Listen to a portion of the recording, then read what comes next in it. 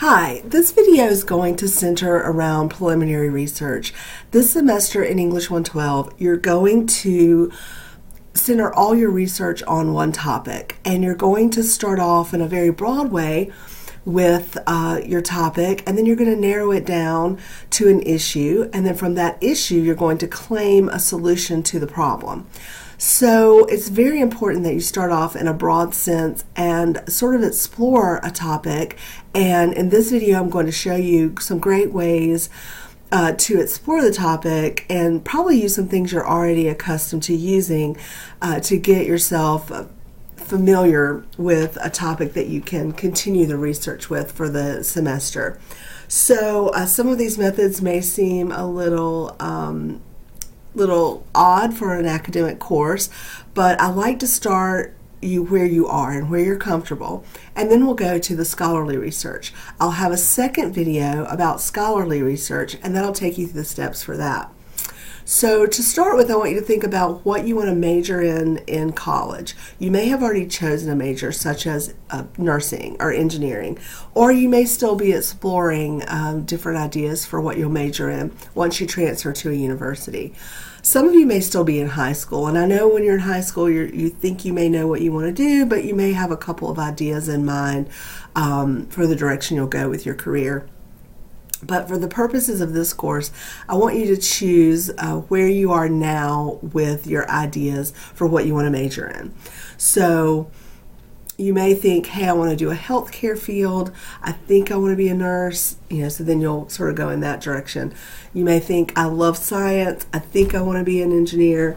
And you may want to explore a topic in science that would center on an engineering topic. So I'm going to sort of deal with some broad ideas, and then I'm going to show you a more specific thing that I fell upon this week that, just something that I continue to research just out of curiosity. I want you to steer clear of ideas that are very broad in the sense of maybe how you wrote papers traditionally in the past. I have a list in the week 1 folder of the topics that you're not allowed to explore. And that's just because for the most part those topics have been overdone, and those topics are a little bit cliche, such as legalization of marijuana. That's been overdone and done probably for non-academic academic purposes. So I just have a whole list, so look through there. If you have any questions, let me know. But I want you to stick with career topics, and I think that's important. I think it helps you. A lot of times these days in job interviews, you're asked, what are you studying? What have you researched? What do you know about this career? And I think this is a great way to have sort of a foundation of knowledge for your interests. You may also, at some point, be writing scholarship applications, and there might be some sort of question about your interest there. So I think it's good to have a little bit of a foundation for your career interest. So let's get started. So to start, you've got to choose one topic. At this point, you may not know what that topic is. I want you to do some preliminary research. A lot of this research that you do at the beginning will not be something that you utilize in your research projects. It might just be something to help you get accustomed to the topic and to narrow the idea down. And some of these methods really aren't scholarly, but that's okay, because right now we're just exploring ideas, and we're trying to just get ourselves sort of centered on a topic and familiar with a topic. And so let's get started. I'm going to show you a few things. So to start with, I'm going to go over here and get into Google. I think it's a cool idea just to explore Google. This is something that you do anyway, probably on a daily basis. You may watch a TV show and you see an actor and you can't quite remember what movie that actor was in before, and so you do a search on that actor's name. You may have a question about something that you're doing later that day, and you Google the place where you're going. So we Google a lot, and so that's a good place to start. Keep in mind that Google is a commercial site. It's a commercial search engine. It's not generally used for scholarly research, but it's a great way to start if you want to do some just fact-finding or some just pique your interest in something. So I'm going to start off with issues in nursing. And you could replace this with issues in engineering or issues in office administration, issues in human resources, whatever you're in, whatever you think you might be majoring in for your career. So the first thing that comes up is 5 of the biggest issues nurses face today. This is from Becker's Hospital Review. Keep in mind with Google that this is a commercial site. Oftentimes some of the companies pay for positioning. This is something that happens everywhere. In the grocery store, people pay for positioning on the shelves. With Google, sometimes the first thing you see may not be the most important, so it's a good idea to sort of go further down into the list. In this case, we have 543 million hits, so there's no way you're going to read through 500 million anything. So just like here, I can just keep going down and see, their current issues. Here's a journal, 5 top nursing ethical challenges, social issues impacting nursing. So I would go all the way down, maybe to page 2 at least, just to see what came up for issues in nursing. But just for the sake of explanation, I'm going to go to the first one. So this is Becker's Hospital Review. One thing to notice is you can sign up for weekly or, I think this is weekly emails. I think you should, as you explore, look for some opportunities to get information on a recurring basis. You're going to be entering a career, you're going to be expected to be on top of that information, and so some of the journals, some of the sites that you may find might have some opportunities to sign up for things, and it's not a bad idea to get a few of these in your inbox each week and read them.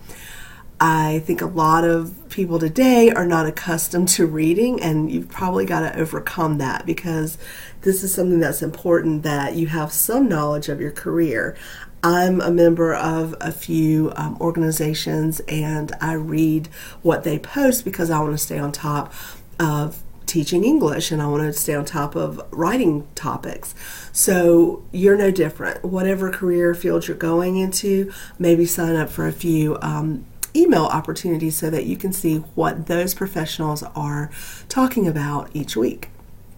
So as I go down, I'm going to see what they are saying that are 5 issues in nursing. So we see compensation, workforce violence, short staffing, long working hours, and workplace hazards. So what you want to do is just maybe read through here, see what they're saying about it. I would also suggest having a notebook or a piece of paper out while you do this and jot down some notes. So for instance, here I see American Journal of Critical Care. In a subsequent search, I may want to just put in American Journal of Critical Care and see what that journal has. Once you do the scholarly research, you could also maybe look up this journal to see what they've published. So it's very important to take notes. It's very important to see where your interest lies as you read through this. It looks like this is talking about some cold and flu season issues with nurses. And I think there's some opportunities on here where you can click into other groups or other things. And like I had said before, you can subscribe to their newsletter to get weekly hits in your email. So here's something that was published in Health Affairs. So if I were you, as you go through this preliminary stage, I would take down some notes so that later you can look up some of these things and further your research. It'll help you narrow down your topic. So that's one hit that I found in Google. Another thing that's been interesting to me lately, and it's just because my husband's an engineer and he works with medical gases, lately, Party City, which we all probably know is a place we go if we're going to have a birthday party or something, they are closing some stores, and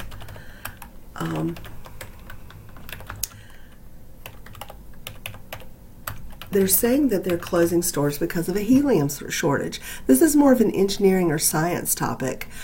I learned about this through Snapchat. I saw a story on Snapchat on one of my feeds that I follow, And then because I had a personal interest in the helium business, because my husband's in that business, and I saw that Party Cities were closing, and I often go to Party City, that started a curiosity with me about this issue. So you may have something in your life that you've been interested in.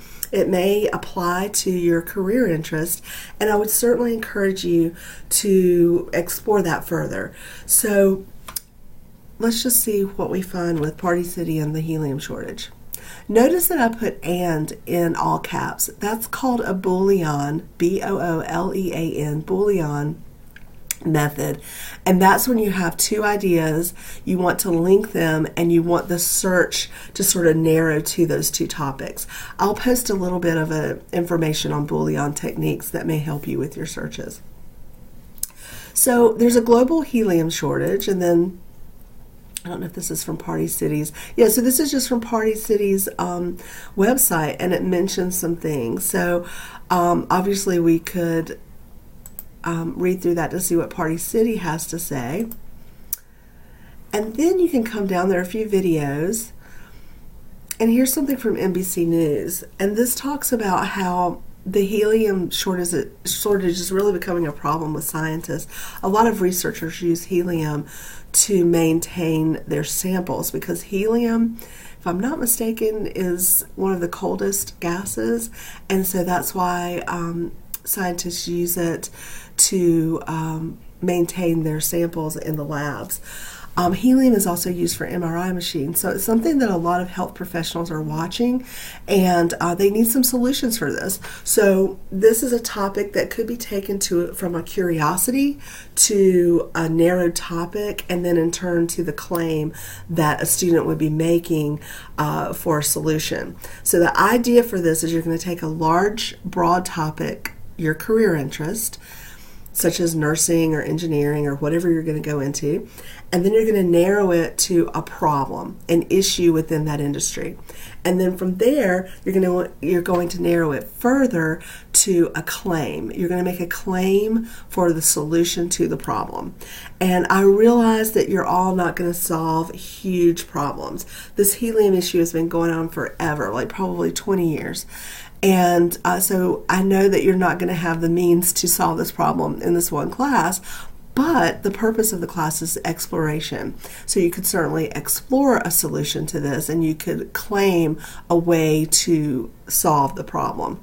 So I just think the helium shortage is kind of interesting, and I think it's also interesting that it sort of ties to some fun things and personal things that we use, because a lot of us have been to parties and we've seen all the helium balloons. We've been to Dollar General or Dollar Tree and seen all the balloons that they blow up. So I know I was in a dollar store last week, and they had signs up everywhere that said they could not blow up the balloons. They're out of helium.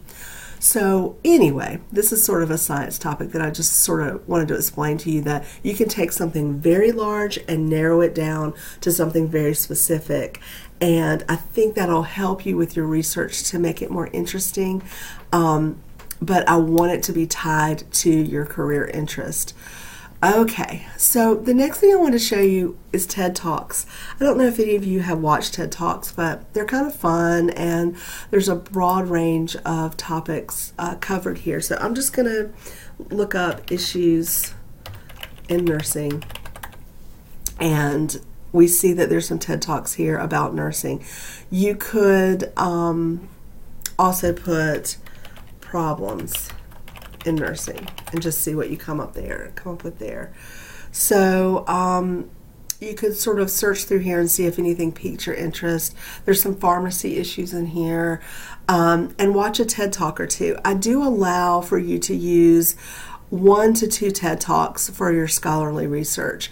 That's a little off the grid for scholarly research, but I try to allow you to do some things that are comfortable and some things that you're already accustomed to with your scholarly research.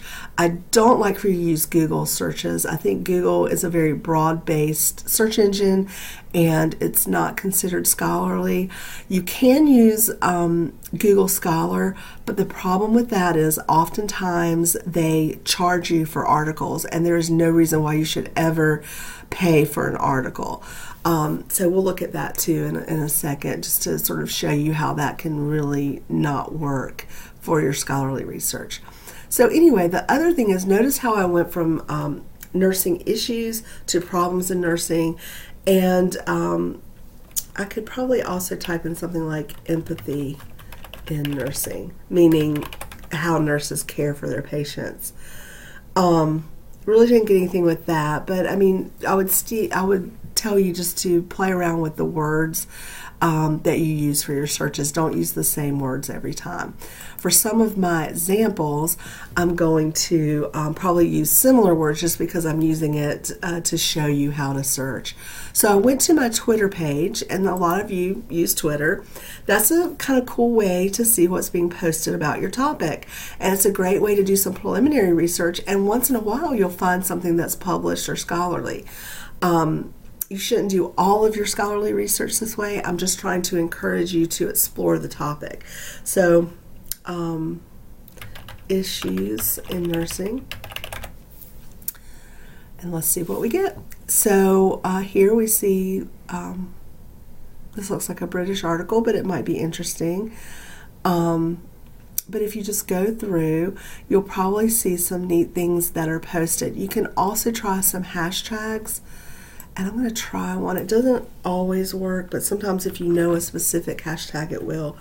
I tried nursing concerns. Okay, so with that, we see some patient care things. We see some staffing things that people are exploring. Workload issues, turnover. So as you see these hashtags, I would encourage you to maybe jot some of this down, write some of this down, and then explore the hashtags. That might take you into an area that's more specific, and so safe staffing. Let's see what comes up under that.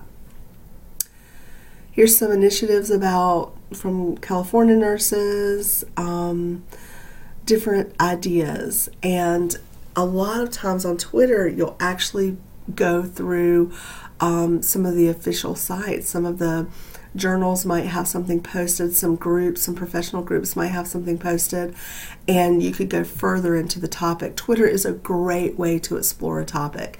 You get to see what people are discussing, you get to see what organizations are posting. And again, I would strongly suggest that you copy down and sort of keep a list of the hashtags and the search phrases that you use. And then if you do have a Twitter, you can follow some of these associations or some of these journals. So I think that's a great way to search a topic. Okay, so we did TED Talks and we did Twitter. Now, not everybody has a LinkedIn account. If you don't, I would certainly suggest that you do this, because as a professional, you're probably going to want to have a LinkedIn account. This is more of a Facebook for professionals, and I don't use mine that often, I have to be honest with you, but I do have a LinkedIn account. So if I go up here and I just type in issues in nursing, sort of keeping the same theme going, I get a lot of the organizations pop up, and I get people who are posting about nursing, and that's a great way to see what the conversations are in that field. Here we see American Nurses Association. That's kind of cool, because you might go into that. You could follow it if you have an account, and it'll probably show you some jobs as well, but you can sort of skip around the job stuff and go into the issues. So then LinkedIn also will show you what other people have searched for, and that's kind of cool too, because it may be something you didn't think about. I automatically see this gender issues in nursing, and last semester one of my students actually used that as his topic. He was an older male going into nursing, and he had noticed some biases that he had encountered being a male seeking a nursing degree. So he actually narrowed his topic down to the biases that exist with gender in nursing. So I thought that was really interesting. It was something that applied to him personally, and it was something that he didn't mind researching further, because it did apply to his future career. So any of these things that you might see, and there are pages and pages of searches that you can explore, but that's LinkedIn. So If you don't already have a LinkedIn account, you could certainly form one and get your professional stuff started on here. YouTube. A lot of you watch YouTube. I do as well. But if I go on here and put in issues in nursing, look at that. I see all these videos. So instead of having to read a lot, you could take a break on reading and watch a couple of videos. There are so many things posted, and it may help you narrow your topic further. If you know, so like if I wanted to put issues with gender in nursing, look at that. Gender inequality, other things that pop up about that. So the student who had researched gender in nursing could have watched some videos. Also, let's see if we find anything on the helium issue.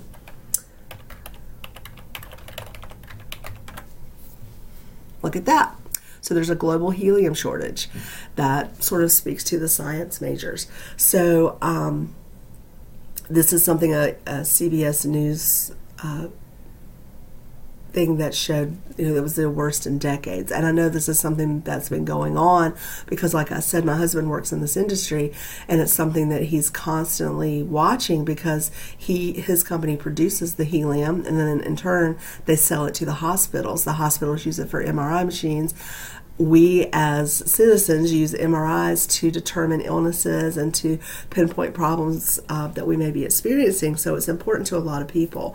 So anyway, any topic you want to explore, you can go on YouTube and watch some videos. I think that's a great way to explore a topic. Again, it gives you a break on reading.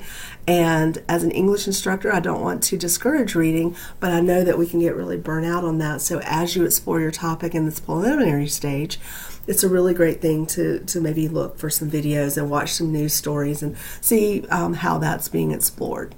Okay, next I want to show you that you can use Facebook. Here's my Facebook account. If I go to the top and just search, it will show me everything that's posted on nursing issues. And again, I see the American Journal of Nursing. So if I were doing this kind of preliminary research, I would notice that the American Journal of Nursing pops up a lot. So they're very active with topics within nursing, so it might be something that I want to explore. Like I said, if you put this into Google, you'll probably go to their page, and then you could possibly sign up for some emails for them to send to you, or you might be able to somehow, work within their site. So anyway, I think it's a great idea. I have some friends that are nurses, so here I see what one of my friends has posted, and you may find that too. You may have friends that are in the field that you want to explore, and you'll see what they're posting about nursing. But let me see if there's anything about the helium shortage up here. I don't know.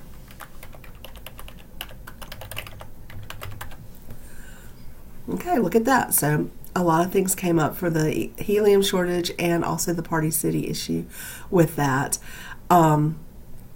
Here's someone that posted a story about a world without helium because there's such a problem with it right now.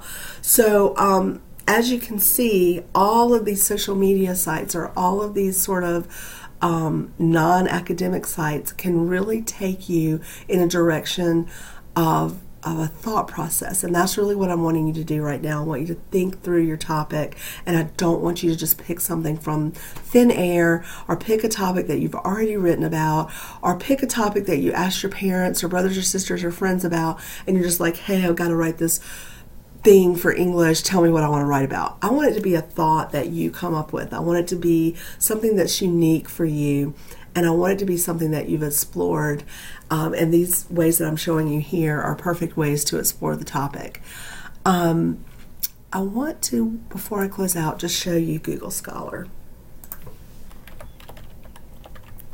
Google Scholar is not horrible, but it's probably not the best way to conduct scholarly research. So, for one, it's still a commercial site. And two, a lot of times they try to charge you for the articles, and I don't want you to pay for anything. There's no reason to do that. So I'm going to put issues in nursing. So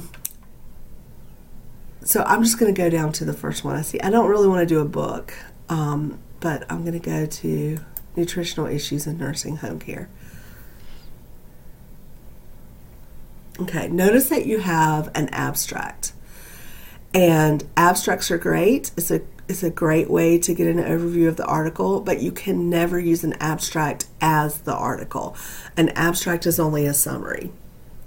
So this says that there's a full text.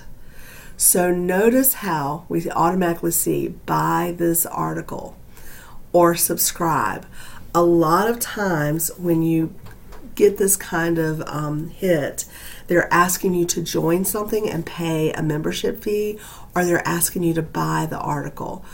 I would steer clear of that. We have scholarly sources through the JCC library, and any college that you attend will have an academic scholarly site on their library site, and that has been paid for by your school, and that means that you do not have to pay for anything. So in my next video on scholarly research, I'll show you how to use the JCC library database.